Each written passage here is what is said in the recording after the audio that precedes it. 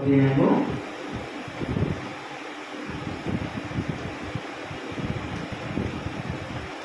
37-38 వచనం.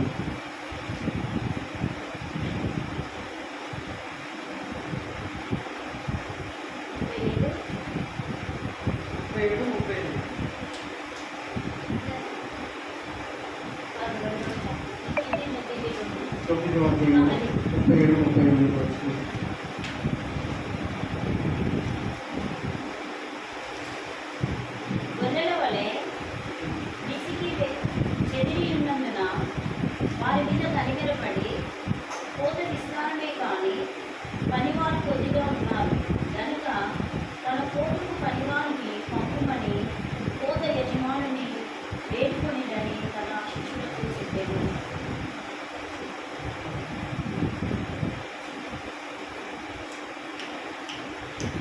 దేవుని సంగమా,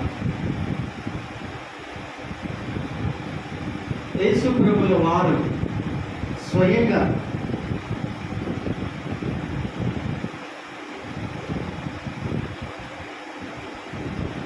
చూడండి 9వ అధ్యాయము 37-38 వచనంలో తన శిష్యులకు యేసు ప్రభుల వారు ఈ విధంగా తెలియజేస్తూ ఉన్నారు. అక్కడ ఉంటున్నటువంటి చెదిరిపోయి ఉంటున్నటువంటి వారిని చూసి, అక్కడ ఉంటున్నటువంటి ఆ విస్తారమైనటువంటి జనాంగమును చూసి, గొర్రె కాపరి లేని గొర్రెలలాగా, వాళ్ళకు ఒక లీడర్ లేడు, వాళ్ళకు ఒక నాయకుడు లేకుండా, ఒక కాపరి లేకుండా, విచ్చలు విడిగా, ఒక పద్ధతి లేకుండా, ఒక క్రమము లేకుండా, అసలు దేవుడు వాళ్ళని ఎందుకోసం సృష్టించడానికి విషయం కూడా వాళ్ళకు తెలియ అవగాహన లేని పరిస్థితులలో ఆ జన సమూహము ఇష్టం వచ్చినట్టుగా తిరుగుతూ ఉన్నటువంటి సమయాలలో ఆ జన సమూహంలో దేవుడు యేసు ప్రభుల వారు చూసి ఏం చెప్తున్నాడు?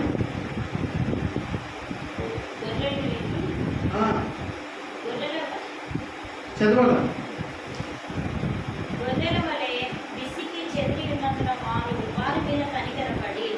చూసారా, విసిగిపోయినాయో అంటే ఆ గొర్రెలు, ఆ జనాంగము మొత్తం విసిగిపోయి ఇచ్చలు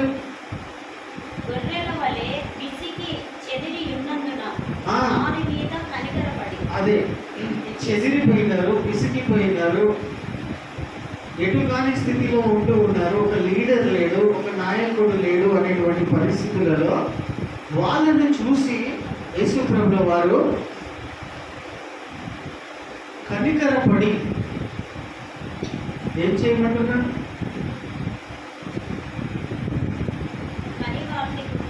చదవాలా? క్లియర్గా చదవాలా?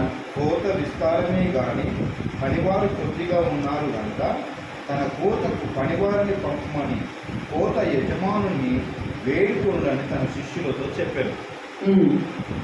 కోత విస్తారంగా ఉన్నది కానీ పని చేసేటోళ్ళు కొద్దిగానే ఉన్నారు, పని చేసేటోళ్ళు కొంతమందే ఉన్నారు. కాబట్టి ఆ కోతలోనికి ఆ జన సమూహంలోనికి పని చేసే వాళ్ళను పంపవలెనని మీరు కోత యజమానుని ప్రార్థన చేయమని అని చెప్తున్నారు. అది అర్థమవుతుందా? కోత విస్తారంగా ఉంది. మనం పాట కూడా వాడుకుంటాం, కోతతో విస్తారమైన పనివారు కొదువైన. అంటే ఆ తరంలో ఉంటున్నటువంటి ఆ సమయంలో కూడా కాపరులు లేరు, కోతలు ఆ యొక్క పంటలో వెళ్ళి పని చేసేటువంటి వాళ్ళు కూడా లేరు. కాబట్టి పని వాళ్ళను పంపమని ఏం చెప్తున్నాడు? సృష్టికర్త అయినటువంటి దేవుణ్ణి వేడుకోండి అంటున్నాడు. ఎవరికి చెప్తూ ఉన్నాడు? అమ్మ తన శిష్యులకు తెలియజేస్తున్నాడు. తన శిష్యులు అనగా దేవుని నామంలో విశ్వాసం ఉంచిన ప్రతి ఒక్క వ్యక్తికి ఏమని చెప్తూ ఉన్నాడు? ప్రార్థన చేయండి. వీళ్ళ ధరికి కొంతమంది కాపరులను, సువార్థికులను, లీడర్లను పంపవలెనని వాళ్ళను సృష్టించిన సృష్టికర్తకు ప్రార్థన చేయమని యేసు ప్రభుల వారు ఆజ్ఞాపిస్తూ ఉన్నారు. ఇప్పుడు కూడా ప్రియమైన వాళ్ళ రాబోయే తరంలో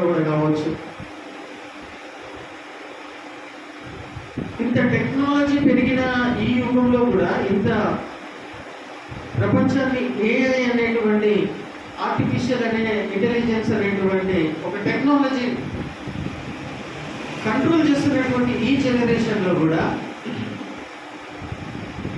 ఎంతో మందికి కూడా స్వచ్ఛమైనటువంటి నిజమైనటువంటి సువార్త అనేది వాళ్ళకు ప్రకటించబడడం లేదు. వారి మధ్యలో వెళ్ళి రక్షణ సువార్త ప్రకటించేటువంటి వాళ్ళు లేరు. కొద్దుగా ఉన్నారు, తక్కువగా ఉన్నారు. అందరూ యూట్యూబ్లలోనే కూర్చొని ఉంటున్నారు, అందరూ ఇన్స్టాగ్రామ్లోనే కూర్చొని ఉంటున్నారు, అందరూ మీడియాలలోనే కూర్చొని ఉంటున్నారు. కానీ ఈ ఏఐ జనరేషన్ అంటున్నటువంటి ఈ తరములో ఆ టెక్నికల్ స్కిల్స్ ఉన్నటువంటి వాళ్ళ దగ్గరికి వెళ్ళి స్వచ్ఛమైన యేసు ప్రభు చెప్పినటువంటి సువార్త పని చేయడానికి వెళ్ళి పని చేసేటువంటి వాళ్ళు, సువార్త ప్రకటించేటువంటి ఆ technical skills, spiritual technical skills ఉంటున్నటువంటి వాళ్ళకు సువార్త వాళ్ళ భాషలోనే వాళ్ళకు అర్థమైనటువంటి టెక్నికల్ నాలెడ్జ్లోనే వాళ్ళకు బోధించాలనేటువంటి పని వారిని పంపవలెనని మనము ప్రార్థన చేయాలి. హల్లెలూయా. ప్రార్థన చేయాలా? This is most important ministry in the Kingdom of God. దేవుని రాజ్య సువార్త వ్యాప్తి కోసం ఇది చాలా ప్రాముఖ్యమైనటువంటి ప్రార్థన పరిచర్య. యేసు ప్రభు చెప్తున్నాడు కాబట్టి మనం చేయాలి. ఇది చేస్తే దేవుడు నన్ను దీవిస్తాడు, ఆశీర్వదిస్తాడు, గొప్ప ప్రతిఫలాలు అవనిగా ఆయన ఆజ్ఞ మనం చేయాలి, అంతే. ఇష్టపూర్వకంగా చేయాలి. ఈ టెక్నాలజికల్ జనరేషన్లో ప్రభు వాళ్ళకి అర్థమయ్యే రీతిలో ఆ జనముల మధ్యలో పనివారిని పంపండి అని కోత యజమానుని, అంటే సృష్టికర్త అయినటువంటి దేవునికి, తండ్రి అయిన దేవునికి ఏం చేయాలా? పని వాళ్ళను పంపండి ప్రభువ, పంపండి ప్రభువ. వాళ్ళకి అర్థమయ్యే మనం చెప్పలేం, మనకున్న నాలెడ్జ్ తోటి చెప్పలేమని మనం సైలెంట్గా ఉండాలా? ఉండదు. ఏం చేయాలా? సమయాన్ని పోనీయకుండా ప్రభువ వాళ్ళకి అర్థమయ్యేటువంటి వాళ్ళను పంపండి. అటువంటి ప్రీచర్స్ని, అటువంటి టెక్నికల్ స్పిరిచువల్ నాలెడ్జ్ ఉన్నటువంటి లీడర్స్ని వాళ్ళ దగ్గరికి పంపించండి ప్రభువా. ఎందుకు? ప్రభు చెప్తున్నాడు ఇట్లా ప్రార్థన చేయాలి, అంతేనా? ఆ లాస్ట్ వర్డ్ చదవండి ఒకసారి, చివరి వచనం 9వ అధ్యాయం అంతే లాస్ట్ వచనం. కనుక తన కోతకు పనివారిని పంపుమని కోత యజమానుని వేడుకొనుడని హల్లెలూయా మనకు కూడా తెలియజేస్తున్నాడు ప్రియమైన వాళ్ళారా. కాబట్టి మనము దేవుని రాజ్య వ్యాప్తి కోసము ఇది పనిగట్టుకొని మనం చేయాల్సిన వారమై ఉంటున్నాం. హల్లెలూయా. దేవుడు మనం దీవిస్తాడా, ఆశీర్వదిస్తాడా తర్వాత విషయం. అది దీవెనల కోసం, ఆశీర్వాదాల కోసం ఈ ప్రార్థన చేయమని చెప్తున్నాడు దేవుడు. అయ్యో, మన కళ్ళ ముందు ఎంతోమంది టెక్నికల్ నాలెడ్జ్ ఉన్నటువంటి వాళ్ళు, చదువు సందర్భం వెళ్ళినటువంటి వాళ్ళు, మంచి పనులు చేస్తున్నటువంటి వాళ్ళు కూడా, జీవకు హాని చేయలేనటువంటి వాళ్ళు కూడా ఎంతోమంది మన కళ్ళ ఎదుట కనిపిస్తూ ఉంటారు. మనము వాళ్ళకు ఎలాగో మన సాక్ష్యము బాగలేక, మనకు అటువంటి ప్రేరేపణ లేక, మన పరిస్థితులు బాగలేక మనం వాళ్ళకు సువార్త చెప్పలేని పరిస్థితులు, ఆ భారం లేని పరిస్థితిలో ఉంటూ ఉన్నాం. ఓకే, కానీ ప్రార్థన చేయగలుగుతాం కదా. అటువంటి వాళ్ళకు, అర్థమయ్యేటోళ్ళకు, వాళ్ళకి అర్థమయ్యే భాషలో, వాళ్ళకి టెక్నికల్గా అర్థమయ్యే విధంగా, చదువు సంఘ రానోళ్ళు, సంతకం కూడా పెట్టరానటువంటి వాళ్ళకు ఏ భాషలో చెప్తే వాళ్ళకు అర్థమవుతుంది. అటువంటి వాళ్ళకి పని వాళ్ళని పంపించు ప్రభువా, తండ్రి అయిన దేవా అని పని కట్టుకొని మనము ప్రార్థన చేయాల్సిన వారము. హల్లెలూయా, హల్లెలూయా. అందుకోసం మేము ప్రియమైన వాళ్ళారా, మనం ప్రతిరోజు ఇంకా చాలా ఉన్నాయి ప్రార్థన పరిచర్య చేయడం అనేది చాలా ఉన్నాయి. ఇంకా ఇది మనం లోకానికి కనిపించము, ఎక్కువ ఎక్స్పోజ్ కాము. కానీ ఇవి ఎటువంటి బలమైనటువంటి ప్రార్థనలు అంటే, మనం ఇట్లా చేస్తూ ఉంటే దేవుడు అట్లా ఆ ప్రార్థనలు వినే దేవుడు కార్యం చేస్తాడు. అది పెట్టుకున్నాడు ఆయన ఆ విధంగా పద్ధతి. హల్లెలూయా. ఇది తెలియదా ప్రభావం, డైరెక్ట్ ఇన్వాల్వ్ కావాలంటే కాడాయన ఒక సిస్టమ్ సిస్టమ్ పెట్టుకుంటూ ఒక పద్ధతి, ఒక క్రమం పెట్టుకున్నాడు. ఆ క్రమమైన రీతిలోనే ఆయన పనిచేస్తాడు. హల్లెలూయా, హల్లెలూయా, హల్లెలూయా. హల్లెలూయా. మనము ప్రార్థన చేస్తేనే పని వాళ్ళను దేవుడు మనతో పాటు, మనమే కాదు ప్రపంచవ్యాప్తిగా ఈ వాక్యము కరెక్ట్గా, ఈ కాన్సెప్ట్ కరెక్ట్గా అర్థం చేసుకునేటువంటి వాళ్ళు చాలా మంది పని కట్టుకొని భారముతో ఉపవాసాల నుండి కూడా ప్రార్థన చేసే వాళ్ళు ఉన్నారు తెలుసా. వాళ్ళు బయట పడరు, మన యూట్యూబ్లలో కనిపించారు, వాళ్ళు మీడియా ఛానళ్ళలో వాళ్ళు అసలే కనిపించారు. ఒకటి దేవుడి రాజ్యం కోసం దేవుని దృష్టిలోనే వాళ్ళు ఎక్స్పోజ్ అవుతా ఉంటారు. ఎందుకు ఈ విషయం చెప్తున్నా అంటే దిస్ ఈస్ ద వర్క్. ఇంకా చాలా ఉన్నాయి. వీ హ్యావ్ టు ప్రే ప్రే ప్రే ప్రే ప్రే. సమయం పోనీయకుండా, సమయం పోగొట్టుకోకుండా, మనకు ఈ కొన్ని విషయాలు అర్థమైనవి కూడా మనం ప్రార్థన పూర్వకంగా చేయడం అనేది, అర్థమైన విషయాలు ప్రార్థన పూర్వకంగా చేయడం అనేది మంచిది. హల్లెలూయా. మన ఏరియాలో కూడా చాలా మంది, ఎంతో మంది కూడా ఉంటూ ఉన్నారు. పల్లెటూళ్ళలో, గ్రామాలలో, హైటెక్ సిటీలలో, టెక్నాలజికల్ జనరేషన్లలో, నలుమూలలో కూడా కాపరి లేని గొర్రెలలాగా తిరుగుతూ ఉన్నారు.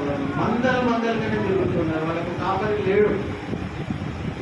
వాళ్ళు చనిపోతే నిత్యం కాకుండా నరకానికి వెళ్తారనే విషయం కూడా తెలియదు వాళ్ళకి. మనం చెప్పినా అర్థం చేసుకోవాలి. కొన్ని దేవుడే ఇన్వాల్వ్ అయి పని చేయాల్సినటువంటి అవసరమే ఉన్నది. దేవుడే ఇన్వాల్వ్ అవుతాడు. ఇప్పుడు చాలా మంది ఇస్లామిక్ కంట్రీస్లలో, నాట్ ఇన్ వెస్టర్న్ కంట్రీస్, వాళ్ళు ముస్లిమ్స్ కఠినంగా వాళ్ళు నమ్ముతున్నటువంటి ఆ గ్రంథాన్ని ఇందులో నుండి బయటకు రారు. వాళ్ళు చెప్పినా అర్థం చేసుకోరు.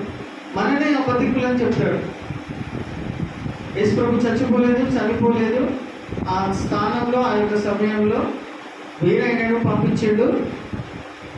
పంపించిన ఆయన పోయిన ఆయన మళ్ళీ తిరిగి వస్తాడు. కయామత్ దినంలోకి పోతేనే ఎందుకోసమే తీసుకుని వచ్చిండో అది కాదు అని చెప్తున్నారు వాళ్ళు.